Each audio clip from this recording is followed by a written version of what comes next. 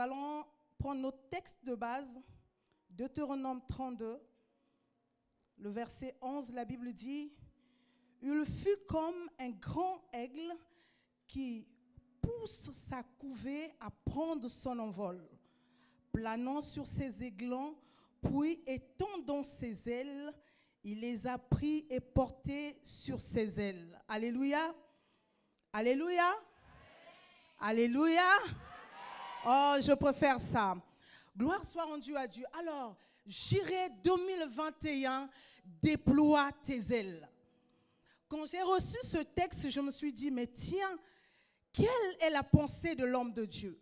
Qu'attend l'homme de Dieu en nous donnant ce thème?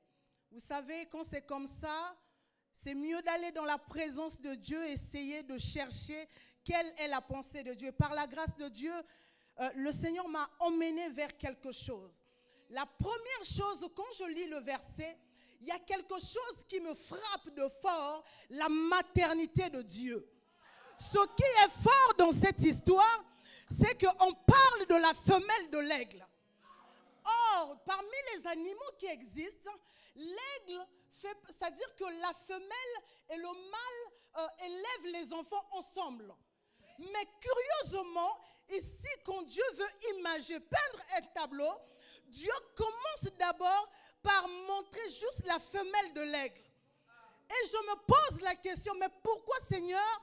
Le Seigneur, je comprends que quand il a délivré son peuple en Israël, en Égypte, c'était comme une mère qui délivrait. Je me suis dit la colère d'une mère. Si vous êtes une femme, vous pouvez comprendre la colère qu'a une mère quand son enfant est en captivité. Alléluia. Et je me rends compte que le Dieu Tout-Puissant, il est en train de parler à son peuple. Il lui dit ceci. Pareil à l'aigle qui éveille sur sa couvée. Mais je me dis, mais Dieu, c'est quoi le problème? Alléluia. La première chose, cela m'emmène en Éden. Je dis, quand Dieu crée l'homme en Éden, la Bible dit, il a créé l'homme pour que l'homme domine, n'est-ce pas? Oui. Genèse 1er, le verset 27. Mais ce qui me choque, c'est que le verset 27, quand Dieu bénit l'homme, il dit d'abord, soyez féconds. Mais c'est bizarre. Alors qu'il crée l'homme pour dominer, pourquoi il ne parle pas de la domination directement, mais au lieu de parler de la domination, il parle de la fécondité. Le Saint-Esprit m'emmène par l'image de ce qui est dans le verset que nous venons de lire, quelque chose de fort. Il me montre qu'on est en train de montrer la femelle de l'aigle et avec ses enfants, l'image de la fécondité. J'aimerais dire à quelqu'un, pour déployer ses ailes, il y a plusieurs dimensions pour déployer ses ailes. Mais depuis que le monde est monde, il y a une dimension pour déployer ses ailes. Cette dimension n'est que dans la fécondité. Alléluia. Quand Dieu commence l'histoire, il dit d'abord soyez féconds. Parce que Dieu sait que vous ne pouvez pas dominer si vous n'êtes pas fécond. Alléluia. Vous ne pouvez pas dominer si vous n'êtes pas fécond. Pourquoi? Parce que Dieu tient compte de l'espèce. My God. Alléluia. Le danger de se déployer seul, c'est que si on meurt, l'espèce disparaît.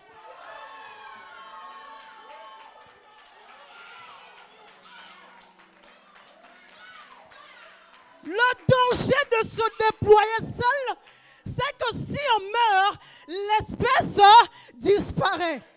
Évêque, tu vas me permettre à un moment donné d'enlever mes chaussures. Alléluia. Donc, Dieu dans sa grandeur, il se rend compte que l'homme devrait se déployer. Il sait que l'homme devait dominer. Mais il dit, tu ne peux pas atteindre cette dimension si vous n'êtes pas à plusieurs. Pourquoi? Pour perpétuer l'espèce. compte que déployer ses ailes, c'est être fécond. Pourquoi? Pour protéger l'espèce. Alléluia. Il y a des espèces en voie de disparition. Mais depuis que le monde est monde, l'homme n'a jamais été en voie de disparition. Pourquoi? Parce que Dieu tient compte de cette espèce. Si vous voulez vous déployer, une seule chose à saisir, soyez féconds.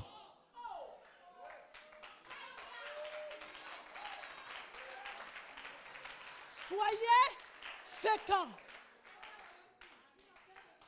Alléluia. Soyez comment?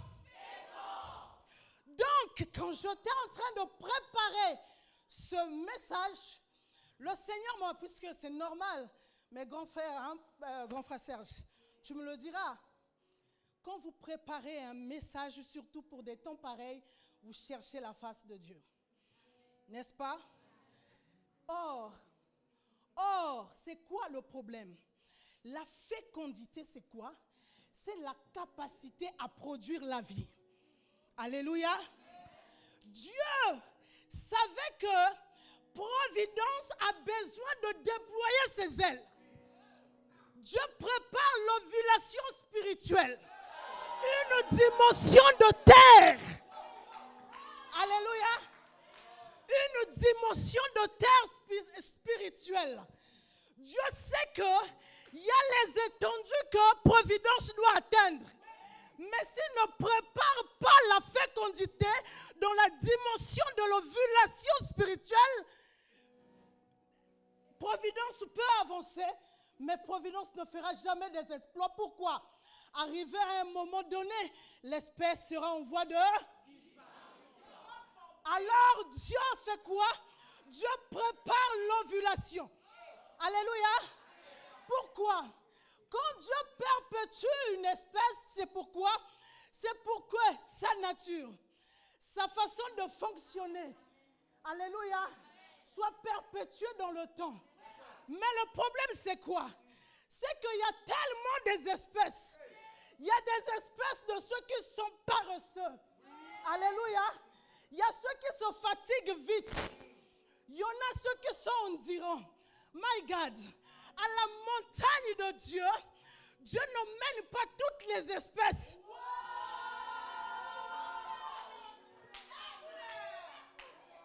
Alléluia. À la montagne de Dieu, Dieu n'emmène pas toutes les espèces. Vous pouvez prendre de ces oiseaux, ils ont des hauteurs qui peuvent atteindre. Mais pour monter plus haut, il faut être un aigle. Alléluia. C'est pourquoi Dieu, dans sa souveraineté, veut déployer Providence dans une autre dimension. Dans la dimension où quand on verra, sans dire un mot, on sait que tu es provider.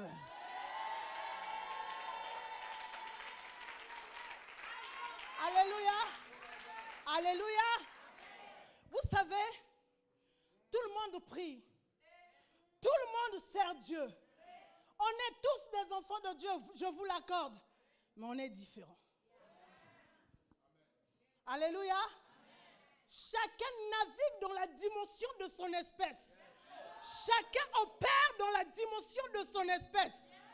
L'évêque Djelil Derogo, Dieu l'a équipé dans une dimension et dans une espèce. Alléluia. C'est-à-dire qu'il a une façon de fonctionner qui n'est pas commune. Alors, si tu es sorti de ses entrailles, tu dois refléter sa nature et son identité. Cela me choque d'autant plus quand je regarde l'histoire de la Bible, quand la femme a péché. Dieu, pour punir le diable, il va dire que c'est la fécondité qui va te frapper en lui disant la descendance de la femme t'écrasera la tête. Il y aura inimitié. C'est-à-dire pour résoudre le problème de l'humanité, la cartouche que Dieu a utilisée, c'était la fécondité.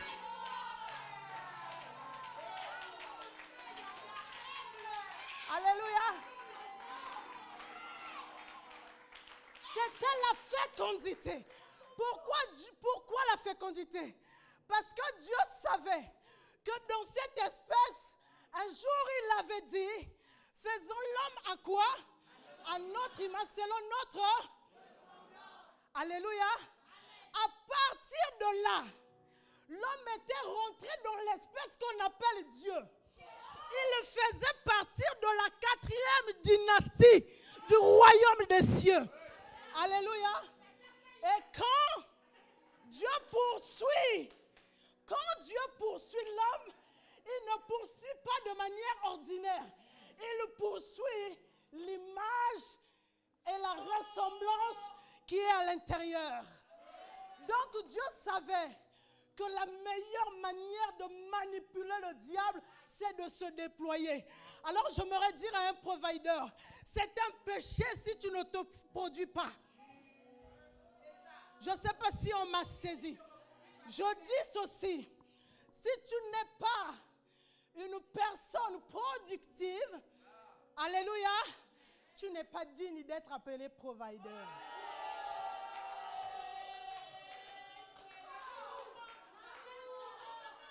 Alléluia. Pourquoi chaque chose a son espèce?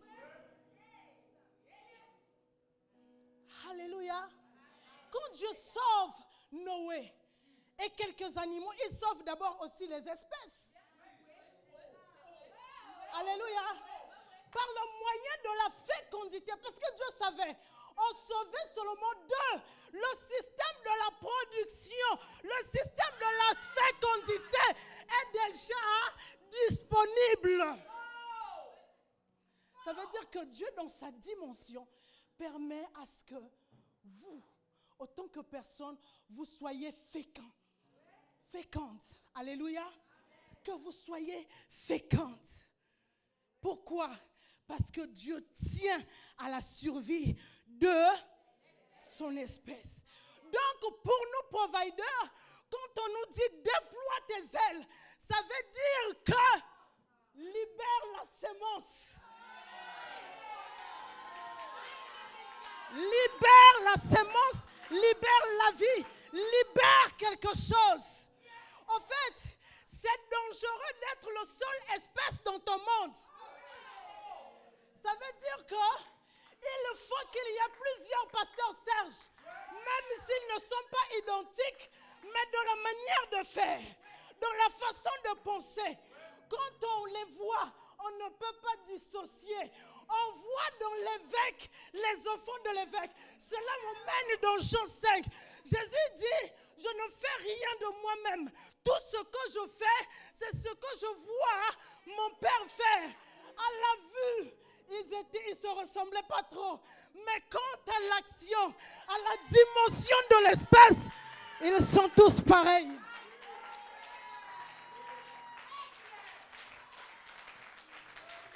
Alléluia.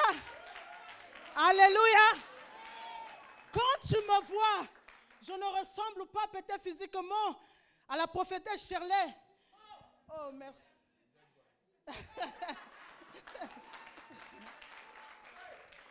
Quand on me voit, je ne ressemble pas.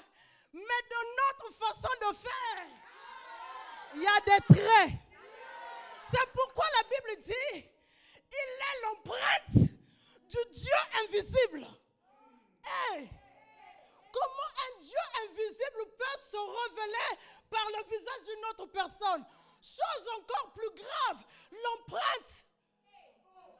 On ne peut pas avoir 2 empreintes. Alléluia. Mais quand il s'agit de la fécondité spirituelle, Dieu dit par ce texte que vous avez le même empreinte. Celui-ci est mon fils.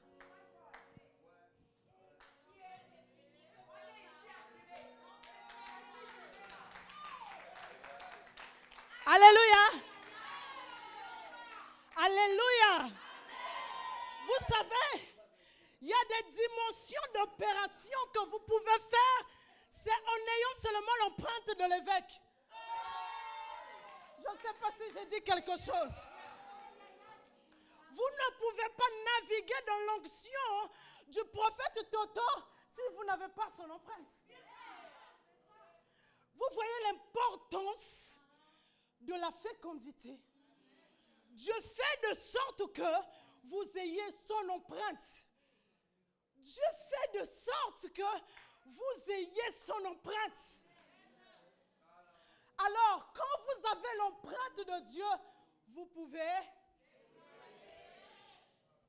Amen. Vous pouvez vous élargir. Vous pouvez vous développer. Vous pouvez gagner du terrain. Dieu est en train de nous apprendre quoi? Seul, vous ne pouvez pas gagner le terrain. Il faut que parmi vous, qu'il y ait des architectes. Il faut que parmi vous, qu'il y ait des docteurs. Il faut que parmi vous, il y ait des plombiers. Pourquoi? Parce que c'est ensemble. Là où le diable voulait se présenter du côté de la médecine, un médecin devient le gardien. Alléluia. De son espèce. Vous savez, j'ouvre une parenthèse. Il y a de ces guérisons, ce n'est pas Dieu qui descend au ciel pour les donner, mais c'est des gardiens qui les donnent. Par exemple, un médecin, sans que tu pries, peut te donner et prescrire des médicaments pour que tu sois en bonne santé. Alléluia. Qu'est-ce qu'ils font? Ils protègent l'espèce. Alléluia. La multitude, la fécondité nous donne accès à nous conserver, à nous protéger. Pourquoi? Pour gagner sur le terrain que l'ennemi nous avait volé. Alléluia. Vous devez savoir que être fécond, c'est quelque chose qu'on ne peut pas négocier avec. On ne peut pas négocier. J'aimerais être clair, évangéliser, faire de sorte que les personnes pensent comme toi. On ne joue pas avec. Alléluia. On ne te demande pas le comment. Dieu s'en charge. Mais Dieu veut que tu imprimes juste ta nature en étant à côté de la personne. C'est ça la fécondité. Alléluia. Tu es en train de s'aimer, même dans ton silence, dans tes attitudes. Tu sèmes une nature. Et petit à petit, voyez, regardez un peu. La personne a l'habitude de parler mal des gens. Mais quand il arrive chez vous, il ne peut même pas dire un mot. Vous savez pourquoi? Parce que votre espèce l'influence. Alléluia. Parce que vous l'influencez d'une manière ou d'une autre. Là n'est pas mon message. Ce qui m'intéresse dans ce texte, c'est l'activité que fait la femelle de l'aigle. Alléluia. Oh, au-delà de tout, j'aimerais que tu te connectes à l'esprit du Seigneur. Alléluia. Connecte-toi, prépare-toi parce qu'on n'a pas beaucoup de temps. On va prier. Alléluia. Après 7 ans. Et je sais seulement que le Seigneur va faire du bien à quelqu'un. Alléluia. Ce qui m'intéresse, c'est ce que fait la femelle de l'aigle. La première image, je vous ai parlé de la fécondité. La deuxième image, je vous propose les bruits des ailes. Alléluia. Amen. Les bruits des ailes. Quand l'aigle veut prendre l'envol, la première chose qu'il fait, il bat ses ailes pour monter, pour s'envoler. Mais le problème ici, ce texte nous parle de ce que Dieu fait et de ce que Dieu montre à ses enfants. Donc, je comprends que les enfants, les aiglons, la première chose qu'ils reçoivent comme enseignement de leur mère, c'est quoi? C'est d'abord un son, le bruit des ailes. Par le bruit des ailes, la mère veut enseigner que à chaque fois que tu veux monter, à chaque fois que tu veux changer de direction, bats tes ailes. Alléluia. Alléluia. Écoute-moi. À chaque fois que tu veux rentrer dans une autre saison, à chaque fois que tu veux ouvrir une porte fermée, bats tes ailes. Cela me ramène encore à la Genèse. La Bible me dit le monde était informe et vide. Or, quand l'aigle bat ses ailes, parce qu'il y a la force de l'attraction qui tire les éléments vers le bas. Donc, il est obligé de battre ses ailes. Pourquoi? Pour monter. Alléluia. Donc, pour l'aigle, c'est un monde informe. Il n'y a pas des escaliers pour prendre l'envol. Il doit donner une force. Alléluia. Maintenant, regardez quelque chose. Quand Dieu arrive, il voit que le monde est informe et vide. Qu'est-ce que Dieu fait? Dieu ne fait pas un miracle. Dieu émet un son. Dieu émet un bruit. La Bible dit, quand Dieu a vu que le monde était informe et vide, la Bible dit, Dieu dit. Or, quand on parle, les autres font quoi? On entend un bruit. N'est-ce pas? Quand on parle, les autres, qu'est-ce qu'ils font? Écoutez-moi bien, aimé, j'aime cette partie. Gloire à Dieu. Quand Dieu arrive devant le chaos, il voit que c'est le chaos. Dieu émet un son. Nous avons parlé de la fécondité. Nous avons parlé des choses qui sont à l'intérieur. Je ne vois pas un endroit où on a dit Dieu a fabriqué la lune. Je ne vois pas un endroit où on a dit Dieu a fabriqué le soleil. Je ne vois pas ça. Mais j'entends seulement un son qui dit que la lumière et la lumière est le bruit des ailes. Dieu sait que tant qu'on tout va mal, on émet un bruit. C'est la dimension du déploiement spirituel. C'est une autre dimension spirituelle. C'est le côté immergé de l'iceberg. Alléluia. Tu entends le bruit. Mais ce que tu ignores, dans ce bruit-là, il y a des éléments faits, composés déjà. Tout y est à l'intérieur. On ne te dit pas comment Dieu a dimensionné le soleil. Mais le bruit qui sort est plus petit que la dimension des luminaires. Le bruit qui sort semble être petit quand tu regardes le soleil. Mais pourtant, c'est sorti quand il y a eu ce bruit. J'aimerais dire à une personne, ce que tu dis, c'est ce qui va se réaliser. Ce que tu déclares, c'est ce qui va, alléluia, voir le jour. Pourquoi? Ne t'attends pas à la petitesse des mots. Ne t'attends pas à des paroles que tu sembles, peut-être que ça ne vaut rien. Mais spirituellement, ce sont des choses conçues. Spirituellement, c'est des choses préparées. Spirituellement, c'est des choses que Dieu a déjà confectionnées. Écoutez, on parle des perfections invisibles de Dieu. Alléluia. On a dit perfection, non? On a dit invisible. Ce n'est pas visible.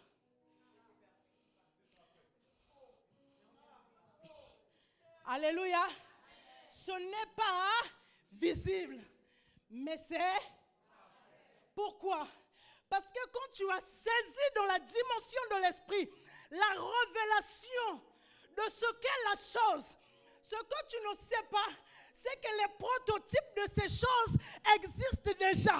Quand le son sort de ta bouche, en réalité, dans tes entrailles, il y a des hypothèses, des choses que Dieu a déjà positionnées. Alléluia.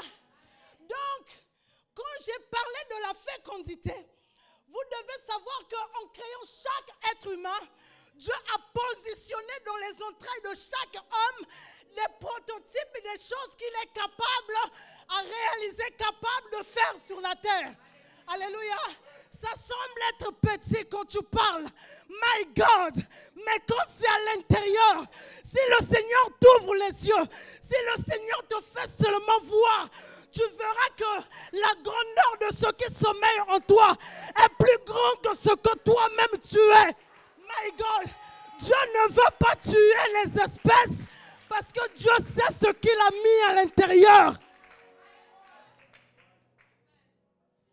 Dieu sait. Dieu sait. Oh Jésus.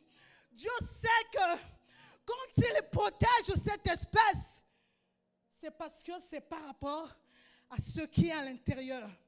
Une chose m'éblouit encore dans le livre de Matthieu 25, parabole de talent. Dieu illustre quelque chose, il dit à celui qui avait enterré le talent. Cette parole m'a bouleversée. Dieu dit, tu aurais dû prendre mon talent et aller le donner au banquier. Regardez quelque chose. Dieu est en train de dire, au lieu d'enterrer, va donner même aux escrocs. Ce qui importe pour moi, c'est que ça soit fonctionnel. Alléluia. Que ça soit fonctionnel. Alléluia. Écoute bien aimé. Dans cette parole, Dieu est en train de dire que si tu ne déploies pas les ailes pour lui, pour ce monde, déploie au moins pour le monde. Pourquoi? Si tu deviens médecin, Dieu protégera son espèce. Dieu est d'abord le Dieu de sa création. Alléluia. Dieu est d'abord le Dieu de sa création. Oh! Dieu ne joue pas avec les choses qu'il a placées à l'intérieur de nous. Quand on nous donne un thème comme ça, déploie tes ailes. En d'autres termes, l'évêque veut te dire, le jour où tu mourras, meurs vide. Alléluia. Vide. Alléluia. Ça veut dire quoi? Ça veut dire que le jour où tu vas te tenir devant Dieu, il ne faut pas qu'il y ait quelque chose que tu as mis de côté. Alléluia. Pourquoi? Vide. Vide. Alléluia. Pourquoi? Parce que Dieu veut que tu décharges tout ce qu'il t'a donné sur la terre. C'est pourquoi tu dois produire. Tu dois donner. Tu dois regarder quelque chose encore qui me frappe. Jésus, quand il rentre au ciel, il ne laisse même pas à ses disciples un compte en banque. Alléluia. Il ne leur laisse même pas une maison. Il n'y a rien qui leur lègue. Mais les choses qu'il leur a laissées à l'intérieur, ces choses ont le pouvoir d'acheter des maisons, mon Dieu. Ces choses ont le pouvoir d'acheter des avions. Dieu sait, s'il te donne des richesses visibles, tu seras de la race de Samson. Si on te les coupe, tu les perds. Mais s'il met à l'intérieur de toi, personne ne peut mettre la main. Personne ne peut aller prendre. Personne ne peut voler. Alléluia. C'est pourquoi Dieu veut que tu meurs vite.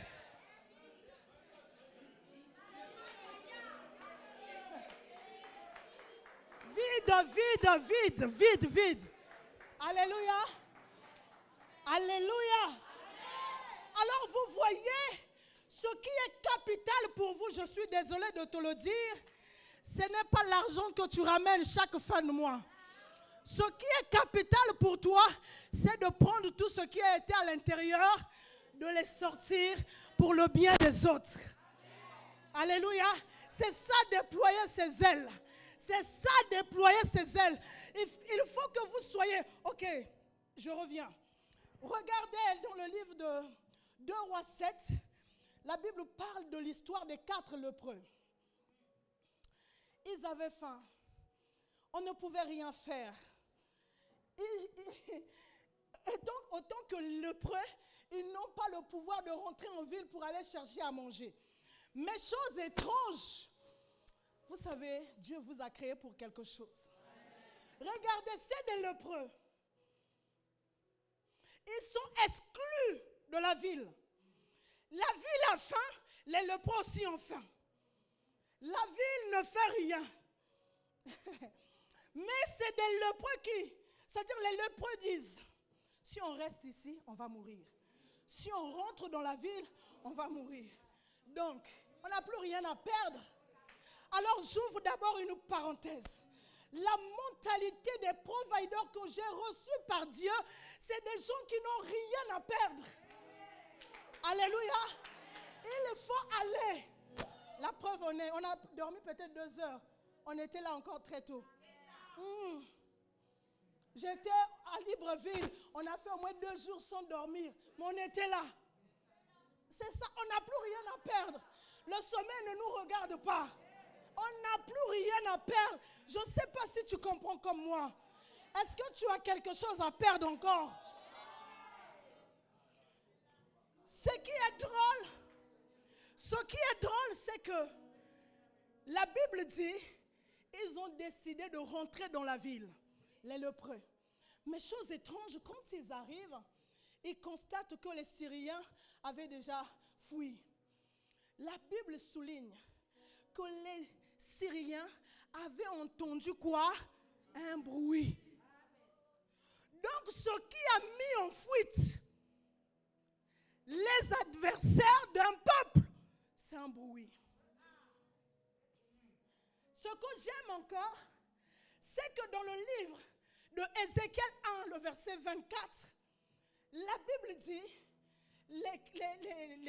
les 4 êtres vivants, si on peut le dire comme ça, quand ils battaient leurs ailes, dans le son de leurs ailes, on entendait comme la voix du Tout-Puissant, comme la force d'une armée. Écoute-moi, ce que tu ignores, c'est que ton bruit, ce sont tes ailes spirituelles. Je l'explique. Dans le livre de Josué 2, Rahab est en train d'expliquer aux 2 espions. Rahab dit, on a entendu. C'est-à-dire qu'Israël n'est pas encore arrivé à Jéricho, mais le bruit d'Israël a précédé Israël. Écoute-moi, quand tu es dans une forêt, quand le lion lance un cri, tu peux sentir dans le cri du lion son intention. Alléluia. Ce que les hommes ignorent, c'est que dans chaque bruit, on émet une intention. Alléluia. Alléluia. Alors, Israël n'est pas encore arrivé dans un endroit, mais l'intention que fait Israël a déjà atteint les lieux. Alléluia. Pourquoi? Parce que vous voyez, quand l'aigle bat ses ailes, au fait, en réalité, ce que l'aigle fait, c'est ce qu'on appelle mission infiltration. Écoutez, pour l'illustrer, je vais prendre l'exemple du sel. Quand vous mangez la viande, vous sentez le sel. Même à l'intérieur de la viande, vous sentez le goût du sel. Pourquoi? Parce que le sel a infiltré, comme il se doit de manière subtile, la viande pour laisser son empreinte. Mais à chaque fois que l'aigle bat ses ailes, il envoie ses particules dans l'air. Regardez ici, vous allez constater qu'il y a des particules, mais à l'œil nu, on ne voit pas. Quand l'aigle bat ses ailes, spirituellement, il envoie ses intentions. C'est pourquoi c'est le rare des oiseaux qui planent tout le temps, mais qui bat les ailes que provisoire. Pourquoi? Il ne joue pas avec les occasions. C'est quand il y a des turbulences, il envoie ses particules dans les airs. Alléluia. Il envoie ses particules dans les airs. Pourquoi? Là où lui ne peut pas arriver, au moins ces particules-là.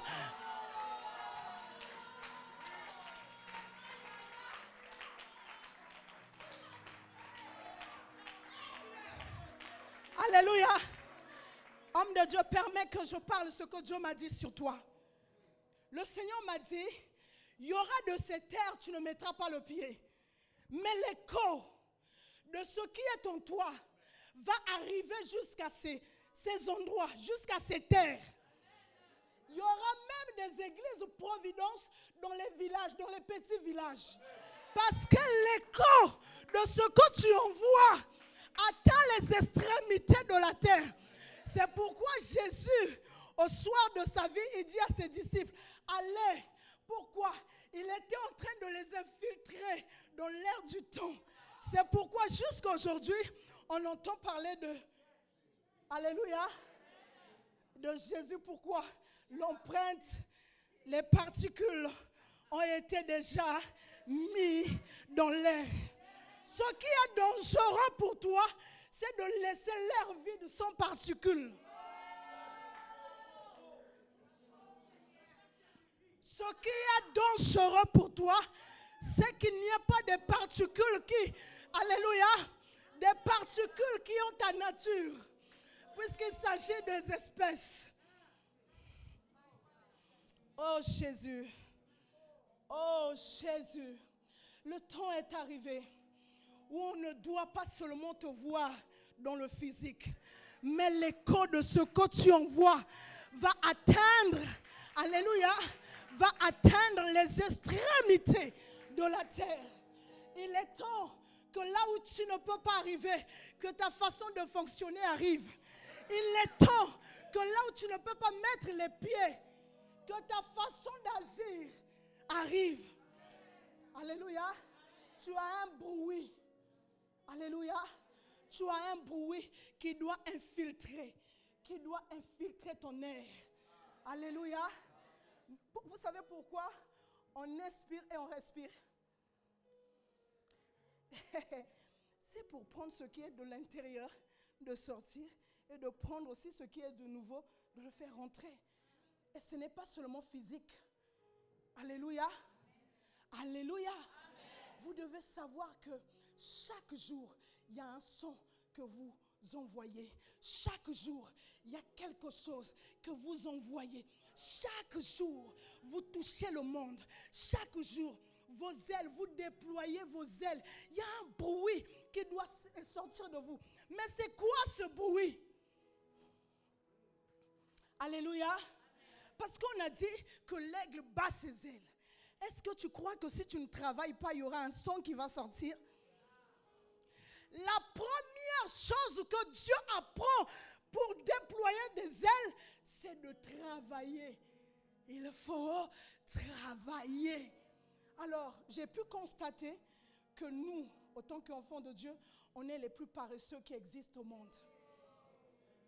Les chrétiens n'aiment pas travailler. Ils sont champions des slogans. Ils sont champions de déclarations. Mais quand il faut travailler, oh non, d'abord ma maison, oh non, ceci. On commence à donner des raisons. La première culture que l'aigle envoie à son enfant, c'est les battements des ailes. Pour dire quoi? Il faut travailler. Il faut rentrer dans le monde de l'action. Alléluia. En d'autres termes, Dieu est en train de dire, quand vous arrivez devant un chaos, la seule chose que vous pouvez faire, c'est travailler. Et je m'en charge du reste. Alléluia. Je m'en charge du reste. Beaucoup de vies frustrées. Beaucoup de gens n'aiment plus prier. Vous ne battez même pas votre aile et vous voulez prendre l'envol. Vous serez des, alléluia, des canards par terre. Des poulets, oui. Alléluia. Les gens pensent que tout tombe du ciel. Je dis souvent ceci. Il est dangereux. C'est-à-dire que, je vais dire quelque chose. Le but n'est pas de te choquer, mais de te faire réfléchir. Autant aller au ciel est important, autant accomplir sa mission sur la terre est aussi important. Donc tu ne peux pas dire simplement que non, moi je vais aller au ciel, moi je vais aller au ciel. Non, sur la terre tu as quelque chose à faire. Sinon laisse la place aux autres. Alléluia. Alléluia. On doit faire quoi? On doit travailler. La Bible dit, le monde attend la révélation. Les gens pensent que c'est réciter des versets. Non. C'est-à-dire conserver l'espèce dépend d'abord de la mentalité de l'espèce. Amen. Si vous avez une mentalité pourrie, même si vous déployez vos ailes, vous n'irez jamais loin. Alléluia. Donc, pour déployer ses ailes, Dieu tient compte. Alléluia. Dieu tient compte de notre mentalité. J'aimerais juste nous emmener dans un temps de prière. Mais un temps de prière de révolte. Il faut que là où tu es, et qu'il y ait un bruit. J'aimerais te dire qu'il faut qu'un bruit, sorte de toi. Je ne sais pas, ta position me dit que tu ne veux pas que les choses changent. Je veux que tu pries, que tu te mettes en prière, qu'il y ait un bruit, Hey, non, c'est pas encore ça. Je veux entendre un bruit dans cette salle. Je veux entendre un bruit. Alléluia. Oh, reba sheke baba baba. Lebo sheke mana se baba baba. Yelebo sheke baba baba. Yelebo sheke baba baba. Oh Jésus. Merci Seigneur. Alors fais sortir un bruit. Fais sortir un bruit. Fais sortir un bruit.